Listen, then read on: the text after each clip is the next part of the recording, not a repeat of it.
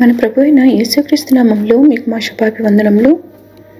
ఈరోజు దేవుని వాగ్దానము, నేను నీకు ముందుగా పోవచ్చు, మెట్టగానున్న స్థలములను సరళము చేసేదను, ఇత్తడి తలుపులను పగులగొట్టెదను, ఇనుప గడియలను విడగొట్టెదను.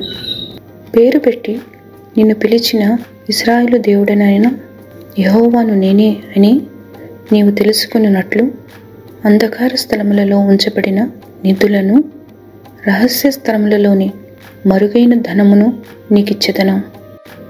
యెషయా 45వ అధ్యాయము 2-3 వచనాలు. I will go before you and will level the mountains. I will break down gates of bronze and cut down bars of iron.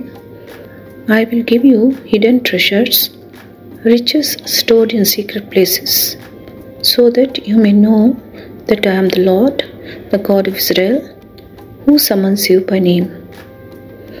Isaiah chapter 45 verses 2 and 3. ప్రార్థన. ప్రేమగల తండ్రి, మా తాగుచోటు మీరై శ్రమలలో నుండి రక్షిస్తున్నందుకై మీకు వందనాలు.